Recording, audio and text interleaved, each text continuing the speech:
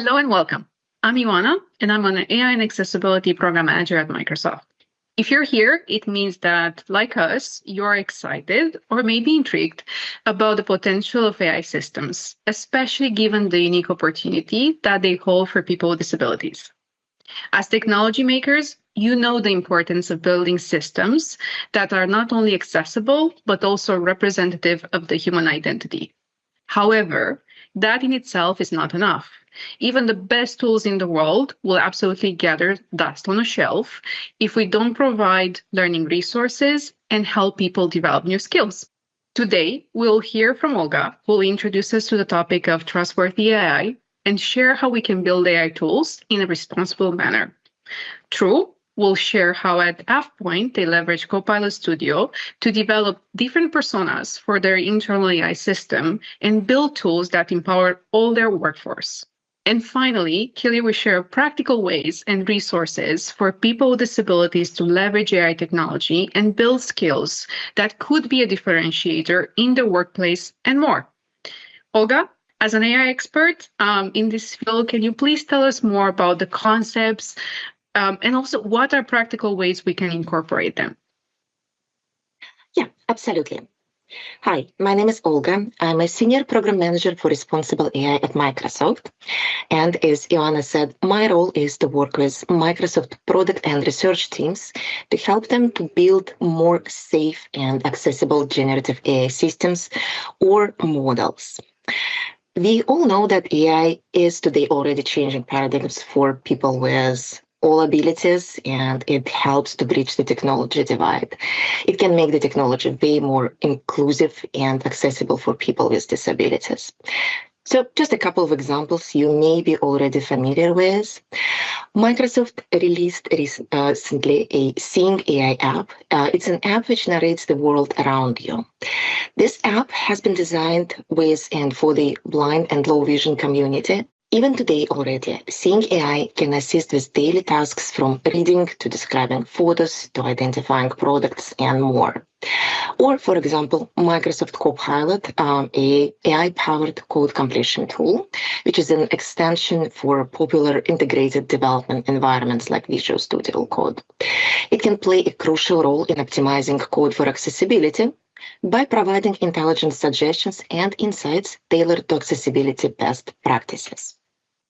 So you can see AI is creating a lot of goodness. So at Microsoft, obviously we think about building and designing those AI systems with accessibility in mind from the start. And this is why we have two principles, which are core principles of Microsoft Responsible AI, which are inclusiveness and fairness. So inclusiveness principle emphasizes empowering everyone and engaging people of all abilities. Because, well, AI as a technology should be accessible and representative of people with different abilities. Microsoft has standards to ensure AI systems are inclusive and adhere to accessibility guidelines, which is set in Microsoft Accessibility Standard. When we think about accessible AI, what are some considerations you can think about?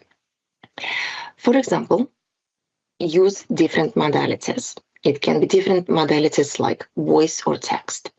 They can include people with diverse needs. Or think about providing auditory clues when those systems are working and thinking. That will make it easier for blind users to understand what the system is doing and follow along. Think about things which will enable your screen readers to work correctly, like tabbing experience. If we talk about fairness, what is fairness in action? Microsoft Fairness Principle is helping to minimize the potential for stereotyping, for mistreating people from different demographic groups, including marginalized groups. And here you can see an example how that works in practice, where the system is refusing to engage in hateful speech and redirects user towards useful and quality resources. Those are the behaviors we want to instill in our AI systems. With that said, generative AI comes not just with benefits. It can also come with risks which we absolutely need to mitigate to build those generative AI systems safely, responsibly, and inclusively. We also need to keep in mind that these risks may amplify for people with disabilities, way stronger than for the rest of us. The first risk we look of, first of all, is the obviously overall quality of the application. We want to ensure that that application is functioning correctly. It doesn't produce errors or doesn't hallucinate. Like in an example above, in the Seeing AI, just imagine if a description of a scene would be incorrect, if the app would describe an object wrongly or just fabricate something which is not in that scene, or omit describing an important feature of that object. You can imagine what consequences that can lead to. Or, for example, you also need to think not just about the quality, but also like a malicious user, because, well, they are out there and they may want to make your system behave not in unintended ways. For example, let's think about prompt injection attacks, where an attacker can embed hidden instructions in your data sources for your app. It can be emails, it can be documents, it can even be an image, because, well, yes, today those attacks are no longer text-based, they are now multimodal. So again, speaking about our previous example, Seeing AI, imagine if there is something embedded in that image your camera is pointed at, which directs your AI app to describe the image in a different way. Or imagine if there is a malicious instruction embedded into the document and you're using an AI app to summarize that document. Of course, that can impact pretty much any user, but if you're relying on the AI app and you cannot read that original email, then the consequences, again, can be particularly bad. Of course, we're also thinking about things like traditional harmful content, where AI can generate just hateful speech or something more offensive. And I have a couple of examples of those over here. When you can see that AI is echoing slurs directed at disability people because it's a probabilistic system and it doesn't really understand what it's saying, or it can treat the disability with pity, which is also an example of an undesirable behavior. There are other examples, like, for example, providing potentially dangerous advice. Like in this example, we can point our camera at something, and if we're relying on the camera to describe that object to us, we can get a very incorrect guidance. So in this example, you can see that the system is trained to not respond to those examples and redirect users to authoritative sources. So you can see that the risks of AI, they are multiple. So how do we think about those risks and managing them at Microsoft? At Microsoft, we are aligning with the National Institute for Standards and Technology AI Risk Management Framework. This framework has 4 components. It's govern, map, measure, and manage. All of those are aiming at reducing generative AI risks and the associated harms. How that works in practice. So let's talk about map and measure. So map and measure is about testing, and testing. Mapping risks is usually a first and very frequently iterative step towards measuring and managing risks associated with AI. When you're thinking about mapping risks, think about identifying your user base and creating tests to ensure that they are reflecting your use cases. And sometimes also put your hacker hat on and think how a malicious user can break that system. Ask yourself questions: how a user can accidentally break that system? And what if someone wants to intentionally abuse it and take advantage of your intended users? Then craft your tests based on those approaches. At Microsoft, we use a red team, which is intentionally trying to break the systems and come up with all sorts of adversarial scenarios. As well, we also use users who are closer to your average user of the system to find out other edge case scenarios or novel cases. So when you have those risks mapped, then you can proceed to scalable measurements. And I think Dr. Sarah Bird spoke about them in the panel session and what tools we're using. I'll just mention them here briefly. So we have Azure AI Foundry evaluations. Those tools cover a variety of generative AI risks, including harmful content, prompt injection, groundedness, and others. So those are systematic measurements which can help you to inform your future mitigations. Pirate is another tool Microsoft has released in the open source. This is an automation framework which enables you to test your AI applications. And that's more than just a prompt generation tool. It changes its tactics based on the responses you get from the system. And you can actually see and test for a variety of risks using Pirate. So we highly recommend to use those. So when you're done with the measurements, you have mapped your risks, you measure them. So what's next? Then, of course, we want to see for the ways to mitigate them. So before I dive into the details, one important thing, when you think about mitigations, think about defense in depth. Think about it like a Swiss cheese. You want to ensure that every layer, even if it has holes, those holes do not overlap. While we worked over the past years on the AI applications, we found that the best is a combination of several layers.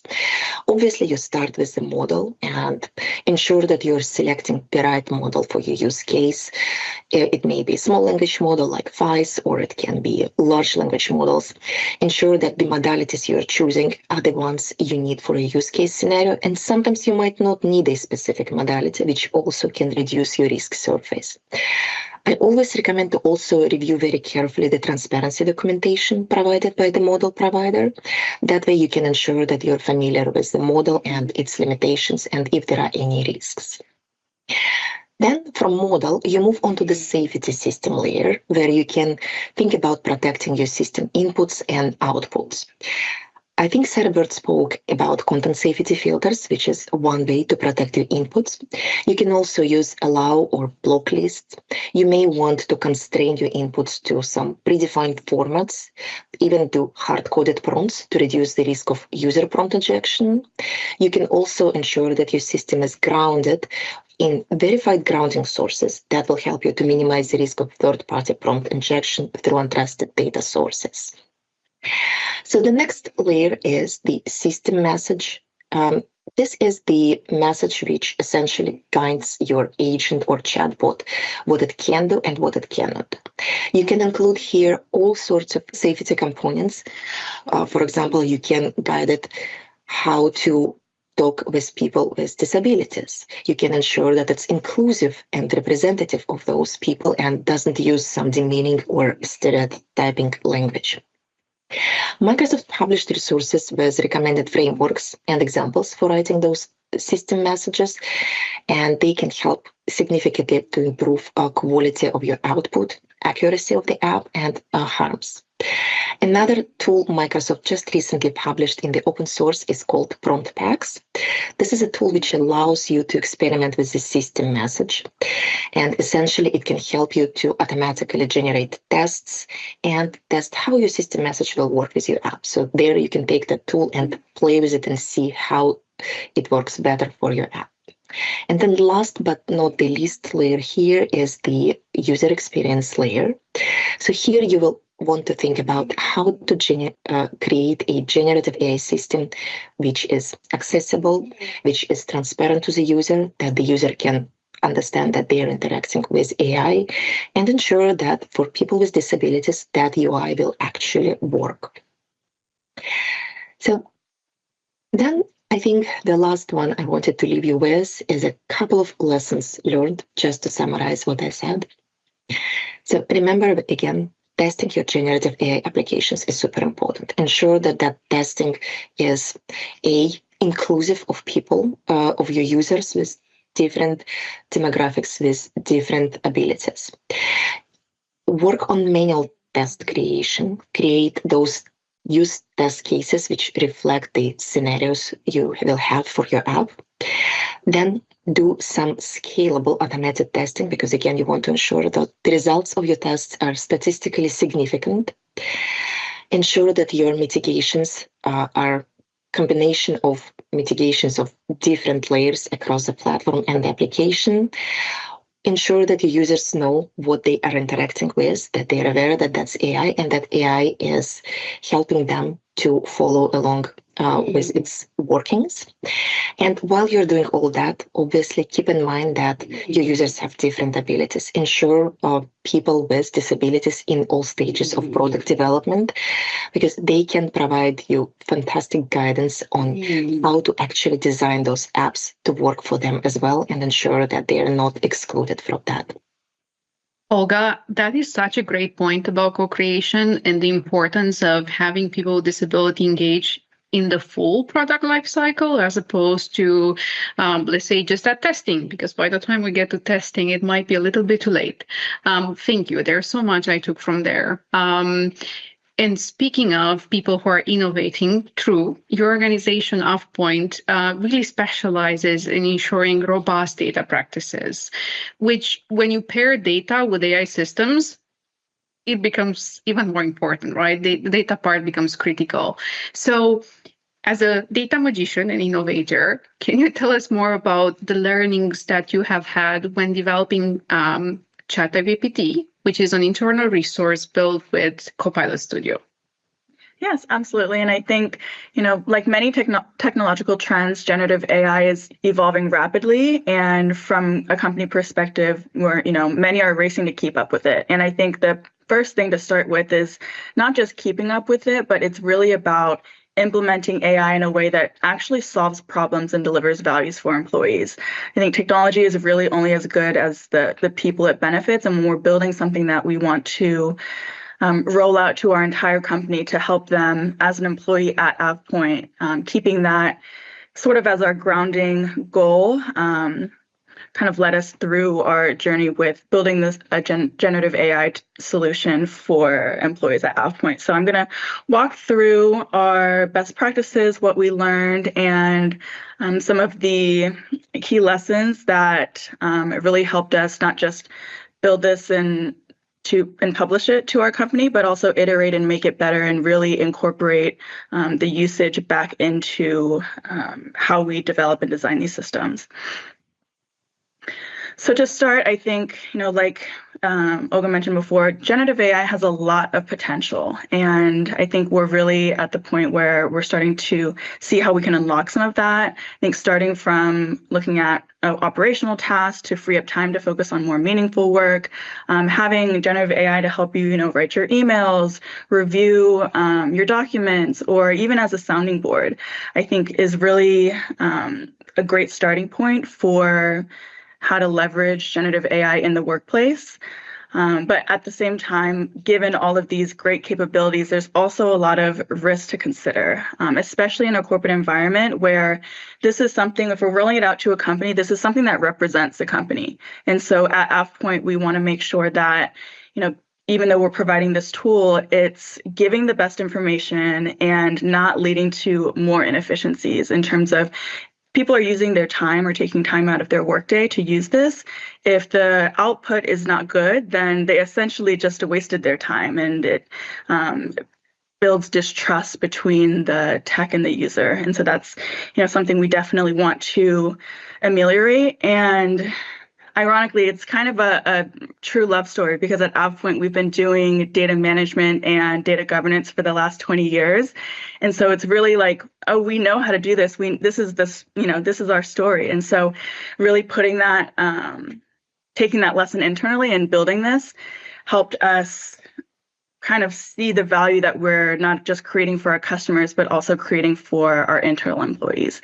And so when choosing a use case for thinking about generative AI for employee experience, I think going back to maintaining the tone of your company, and that this is something that's going to be representative of your company, the products, the policies, the processes. And so really having that good grounding data is a huge key in making sure that these outputs are valuable or accurate to the person that's using it. And so looking at what are our what documentation that we have, because we already had a lot of documentation about what products we have, how they're used, people's benefits that they have as employees at AvePoint. So making sure that they're coming from, one, we're identifying helpful documentation. They're coming from authoritative sources, and these documentation that already exists has gone through, rounds of review and things like that from our amazing comms team. And so something to consider is that if you just point a generative AI tool at, a library, sometimes there's kind of like my closet where if you haven't gone into it for a while, there's a lot of mess and there's a lot of things that might be outdated or that we need to get rid of. And even maybe something that, we shouldn't have in there in the first place. So making sure that, good data hygiene and having that good source is really going to set yourself up for a good foundation for using or getting the most value out of these technologies. I think next is also, not designing or developing in a silo. We created this tool with the goal of helping employees at AppPoint. And so we constantly, tested with small groups, took their feedback and really incorporated that into the design and build process that we're continuously iterating on. I think keeping that goal in mind of like, okay, this is supposed to help our employees. That's where we really designed multiple personas, because we understood that we had a variety of different helpful documentation, but we wanted to shape that helpful documentation with different personas to really get the most out of that source documentation and fulfill different use cases. And so if you're thinking about, if I'm an employee trying to understand the benefits that AppPoint provides me, making sure that, the answers that they're getting from that are accurate and helpful.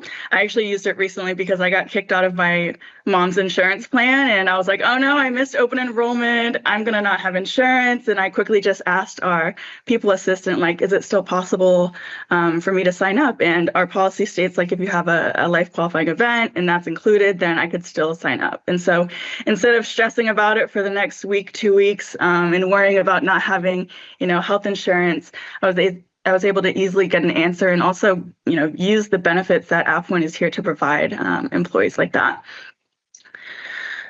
So at AppPoint, I mentioned we're a leader in the data management and data governance space, enabling a solid foundation for AI in the workplace and ensuring also a structured document lifecycle. I think in corporations, we see the document creation, data is getting created at an insane rate right now. And so making sure that there's a proper life cycle to manage, archive, or obsolete data and removing that. And so your generative AI tools that sit on top of that aren't learning from misinformation or outdated information.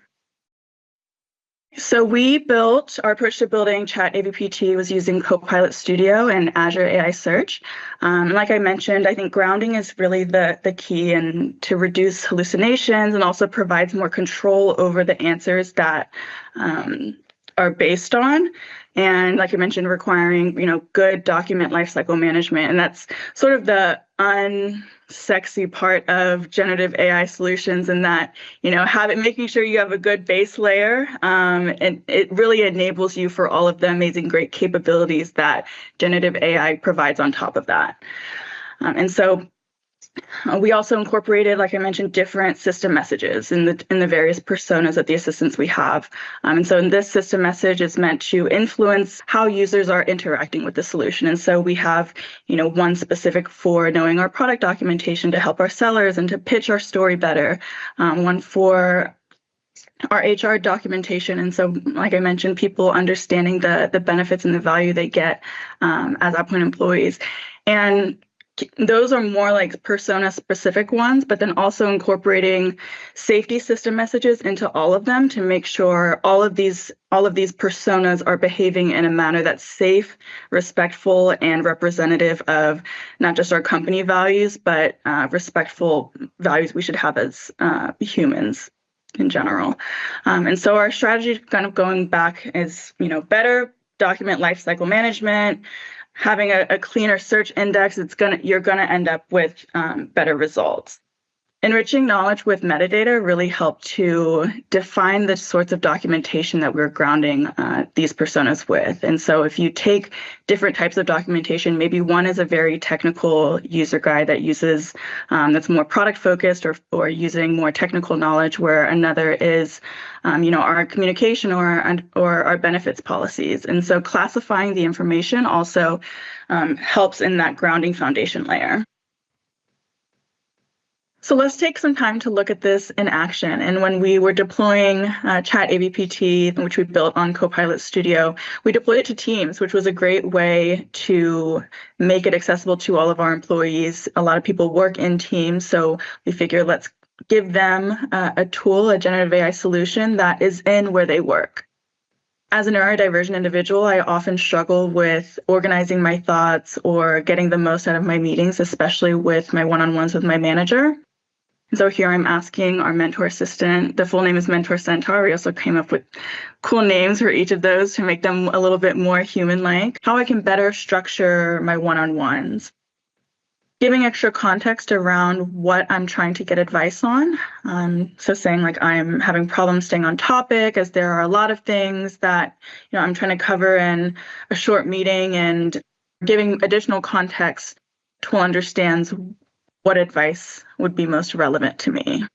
And so here you see some of our system message in action, where it provides a response that is both helpful and clear, giving me direct things that I can do to make these meetings more valuable. We also included in the system message to probe deeper, because perhaps if an employee is using this mentor assistance, they're trying to get guidance. And so we don't just want it to be a Q&A, and we really want it to be a involved engagement. So I mentioned that I currently write my notes in a notebook, and that I want to discuss things that I often run out of time to do.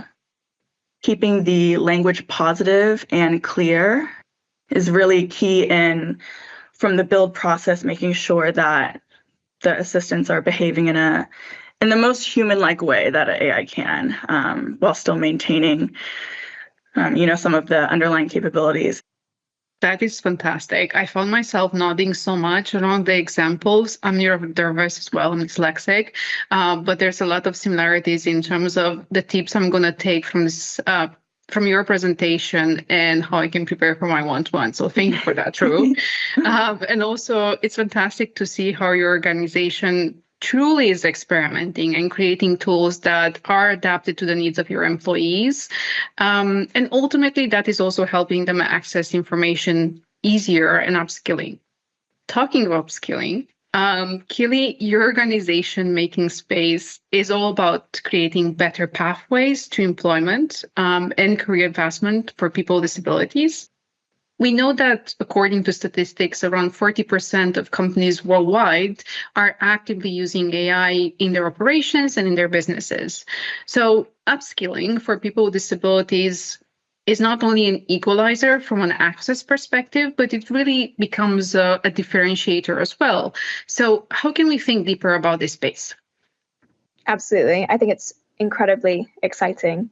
And just to kind of start with my own personal journey into this space. So roughly 10 years ago, I received life-changing news that I would undergo a surgery that would finally reduce my reliance on hospital. And this came after about 4 years of misdiagnosis, medical malpractice, and not being believed, as well as countless prior surgeries that resulted in life-altering complications.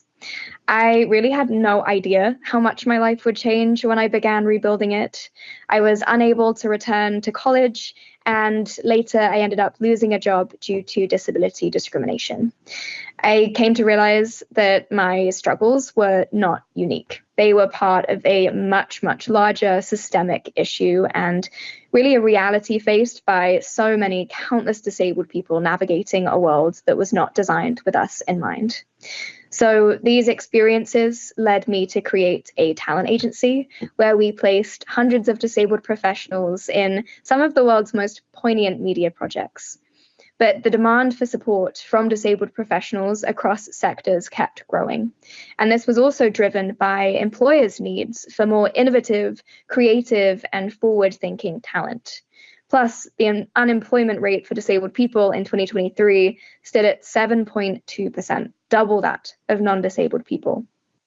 So to close this gap, we founded Making Space, a platform dedicated to providing the resources and opportunities disabled people need to really build meaningful careers. And we also champion the non-traditional employment paths, which was something that I was told that would hold me back when I first became disabled.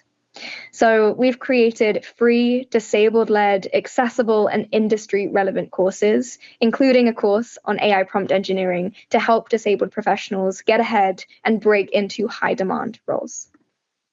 As more companies harness the power of AI tools like Microsoft's Copilot, we need to ensure two things. First, that these tools are accessible and equitable for disabled professionals. And second, that people actually know how to use them effectively. Because even the best technology is useless if people don't have the skills to be able to leverage it. AI has the potential to revolutionize how we work. It can help with task automation, like we've heard previously today, support with decision-making, improve hiring practices. But if these tools are not designed with accessibility in mind, they will continue to reinforce existing biases, further marginalizing disabled professionals instead of creating more equitable opportunities. So before we jump into solutions, here are some examples of AI exclusion risks. AI screening tools sometimes filter out applicants based on employment gaps, and this disproportionately harms disabled people who may have taken medical leave, needed flexible work arrangements, or faced systemic employment barriers. Instead of assessing skills and potential, these tools can perpetuate discrimination by equating uninterrupted work histories with competence. Additionally, many AI-driven platforms do not integrate with screen readers, voice recognition software, or assistive technologies, creating significant barriers for blind and low vision candidates and employees, as well as those with mobility impairments or dexterity limitations. If AI-driven workflows require inaccessible interfaces, they exclude a wide range of talented people. AI-driven productivity and performance tracking tools also often fail to account for different work styles, energy levels, accommodation needs. So for example, a disabled employee who has periodic flare-ups from a chronic illness like myself may need to pace their workload differently or work asynchronously. AI models that assess productivity solely based on keystrokes, time logged in, or rigid deadlines penalize employees for needing flexibility rather than recognizing the true value of their contributions. So with all of that said, AI must be a tool for inclusion, not another gatekeeper. AI is not inherently biased, but the data and the frameworks it is built on often reflect human biases. If we fail to design AI systems with inclusion at the forefront, they will only automate discrimination rather than dismantle it. AI can transform the workforce for the better, but only if we actively design to do so. So instead of replacing old barriers with new ones and digital ways, AI should be used to expand access, recognize potential, and truly create equitable opportunities. We believe this is more than possible, and AI can be an incredible tool for accessibility when done right.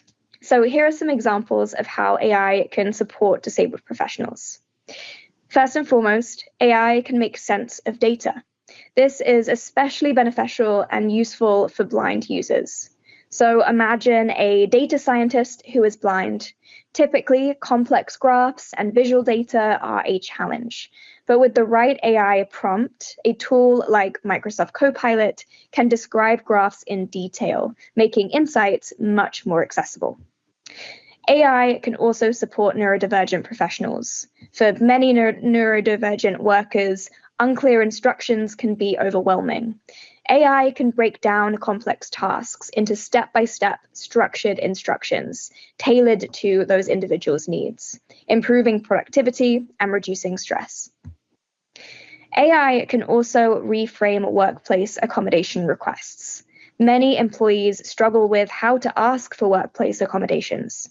AI can help generate professional, clear, and effective accommodation requests, making it much easier for self-advocacy and getting what you need to be productive in the workplace.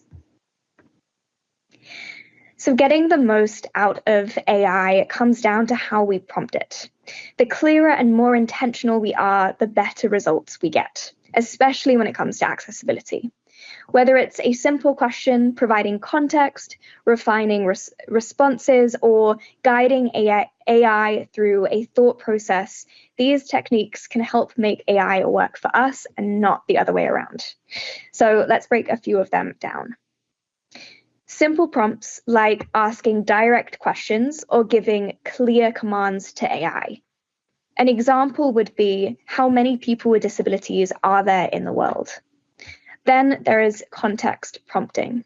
This provides background information or context before asking the main question and helping the model understand the scenario better. An example would be, I am blind, I cannot see this chart, extract the main information for me and tell me what it's about. And then iteration. This involves refining and improving prompts based on previous responses to achieve the desired output. It's important to remember it's very common not to get the perfect answer on the first try and have to iterate.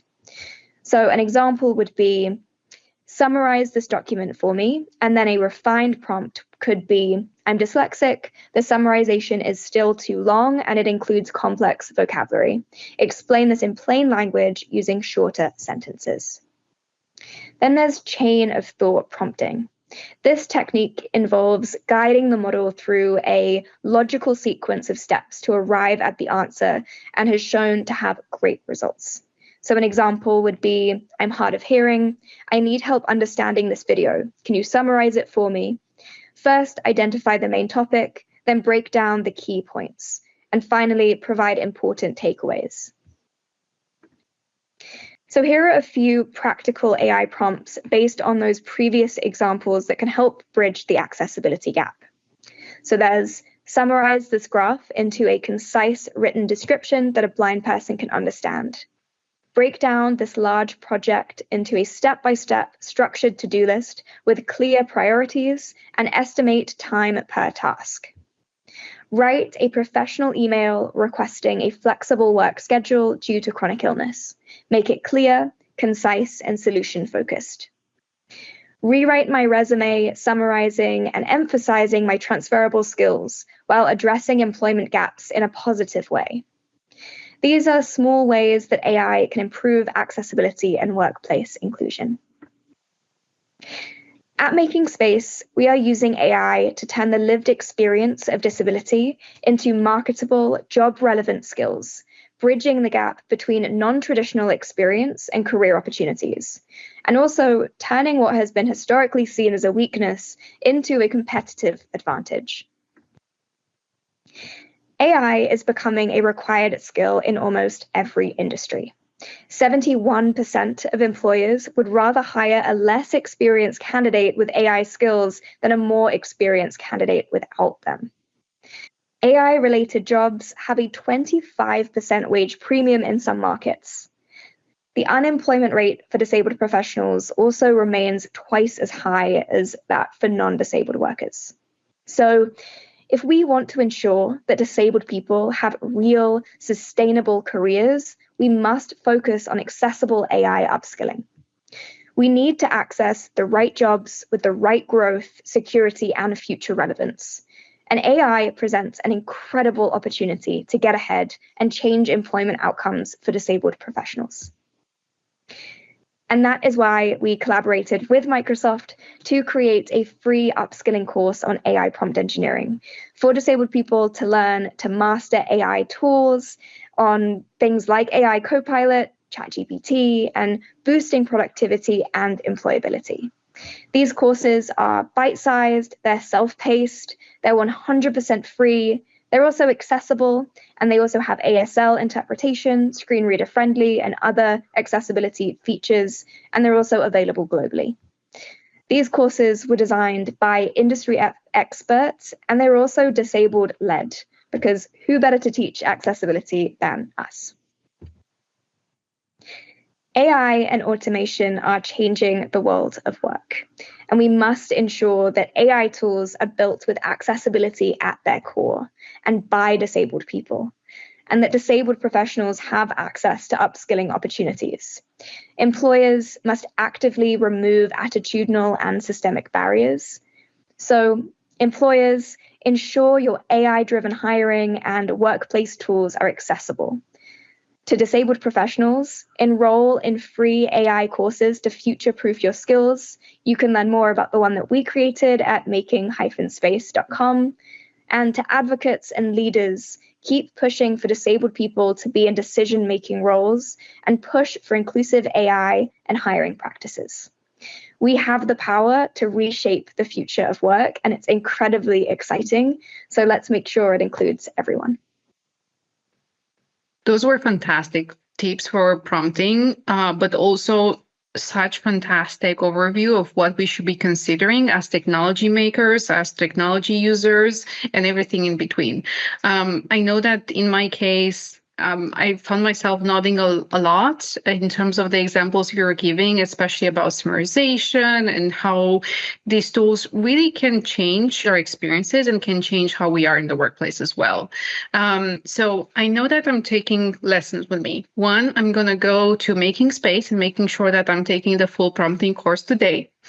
I'm going to make sure that when I'm building AI systems, my Swiss cheese holes don't overlap, and there's always something we consider in between to make sure that we have a safe and mitigated product. And also, I'm going to consider my data like I consider my closet. What shouldn't have been in there to begin with? What do we need to take out, and what needs a refresh? So we hope that this session inspired new ideas. We hope that you are excited to either get started in building technology or upskilling and considering how you can grow your AI skills. So thank you and enjoy the rest of Ability Summit.